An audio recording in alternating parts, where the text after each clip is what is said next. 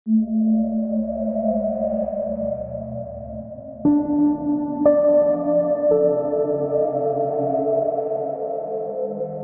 datang kembali di video North in the Wood. Kebetulan karena gue ada di hutan Kalimantan dan di belakang gua sungai, gue mau bahas salah satu makhluk kriptid yang asalnya dari sungai, tapi dia reptil, yaitu anaconda raksasa. Anaconda terdiri dari 4 spesies yang dikenal, yaitu anaconda hijau, yang merupakan spesies terbesar dan paling terkenal, yang dapat tumbuh lebih dari 9 meter dan berat lebih dari 200 kilogram. Habitat hewan ini ada di Amazon dan Orinoco di Amerika Selatan. Selanjutnya ada anaconda kuning, yang lebih kecil dibandingkan anaconda hijau. Biasanya ukuran panjang tubuhnya mencapai 3-4 meter. Ular ini berwarna kuning dengan pola hitam di sekujur tubuhnya dan ditemukan di Paraguay, Brazil, Bolivia, dan Argentina. Selanjutnya ada anaconda gelap. Spesies ini langka dan sangat sedikit diketahui.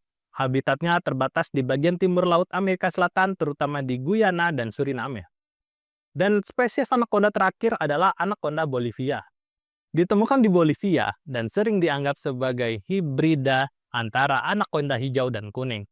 Hewan ini baru dikonfirmasi sebagai spesies tersendiri pada tahun 2002. Jadi, ada 4 spesies anaconda yang telah diidentifikasi secara ilmiah. Anaconda terbesar yang tercatat adalah anaconda hijau sepanjang 8,43 meter dan dengan berat sekitar 223 kilogram. Anaconda besar ini ditemukan oleh Dr. Jesus Antonio Rivas, seorang ahli biologi dan herpetologis yang dikenal karena penelitiannya tentang anaconda.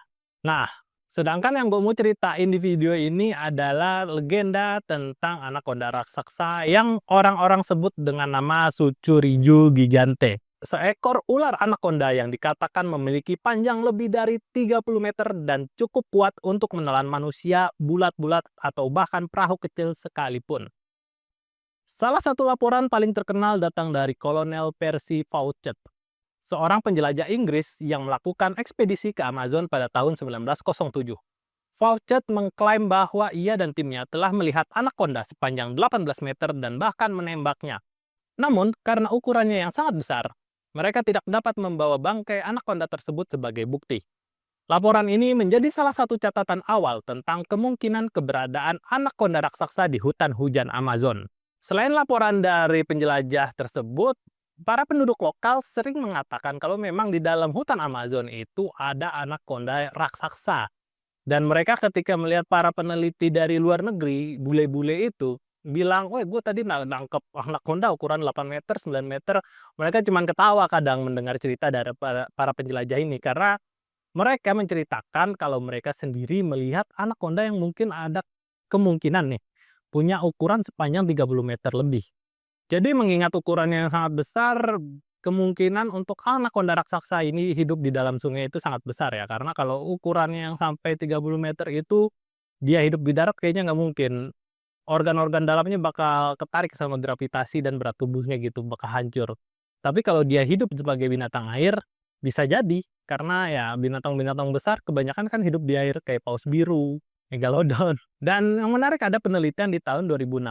Sebuah tim konstruksi dari Altamira, Brazil, mengklaim menemukan seekor anaconda yang memiliki panjang sekitar 10-15 meter dengan berat mencapai 400 kilogram. Video dari penemuan ini sempat beredar di internet, menunjukkan ular dengan ukuran luar biasa. Namun, klaim mengenai panjang sebenarnya dari ular ini masih diperdebatkan oleh para ahli, mengingat tidak ada pengukuran ilmiah yang dilakukan secara resmi. Selain itu, Paul Rosoli, seorang penulis dan penggiat konservasi, juga memiliki pengalaman pribadi dengan anaconda raksasa. Dalam salah satu ekspedisinya, ia menemukan seekor anaconda yang diperkirakan memiliki panjang 7 hingga 8 meter.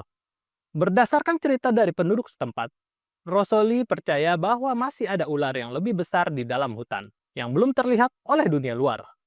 Ia bahkan pernah melakukan eksperimen ekstrim dengan mengenakan baju khusus untuk dimakan oleh anaconda dalam acara televisi Eaten Alive pada tahun 2014. Meskipun percobaan ini akhirnya gagal karena ular tersebut tidak menelannya.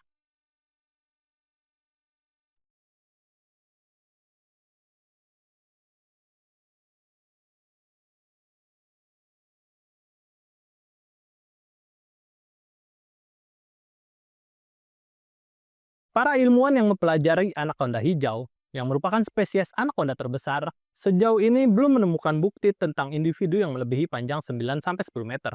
Meskipun begitu, potensi keberadaan anaconda yang lebih besar tetap menjadi topik yang menarik untuk diteliti, mengingat luasnya wilayah Amazon yang masih belum sepenuhnya dijelajahi. Beberapa ahli biologi satwa liar seperti Forrest Galante pernah membahas kemungkinan anaconda raksasa dalam podcast The Joe Rogan Experience. So What are it's your sort of thoughts different. on giant anacondas? Like, because there's Oh, boy. always been this thing about enormous anacondas that live in the rainforest. So, yeah, there's fascinating. So I love anacondas. I believe, and I've got a colleague, Brian Fry, in Australia, actually, and he has a similar belief that there are 30-foot anacondas. Now, 30 is a big anaconda, but you're talking about those mysterious, like 50, 100-footers. Yeah. Okay, so Galante menyatakan bahwa meskipun ada banyak laporan tentang anaconda berukuran luar biasa, bukti yang dapat diverifikasi secara ilmiah masih belum ada. Ia menekankan pentingnya menggunakan metode penelitian sistematis untuk mengkonfirmasi keberadaan ular raksasa tersebut. Seiring dengan berkembangnya teknologi, eksplorasi ke dalam hutan Amazon terus dilakukan. Dengan penggunaan drone, pencitraan satelit, dan teknik pemantauan modern, kemungkinan untuk menemukan spesies atau individu anaconda yang lebih besar dari yang telah diketahui menjadi semakin terbuka. Jika anaconda raksasa benar-benar ada, maka suatu hari nanti dunia mungkin akan mendapatkan bukti konkret tentang keberadaan makhluk ini. Ya, tentunya legenda tentang makhluk raksasa ini menarik perhatian kita-kita yang suka dengan hewan-hewan kriptid ya. Semoga nanti ke depannya dengan teknologi yang lebih canggih kayak kamera trap, bahkan mungkin bioakustik bisa menangkap keberadaan hewan legendaris ini. Jadi nggak sekedar cerita dari masyarakat lokal aja. Oke, untuk video Nerd in the Wood kali ini cukup sampai di sini. Buat kalian yang mau request, silahkan tulis di kolom komentar. Kalau gue udah balik dari hutan, mungkin gue bikinin videonya. Sampai jumpa lagi di video Nerd in the Wood selanjutnya, dan bye-bye.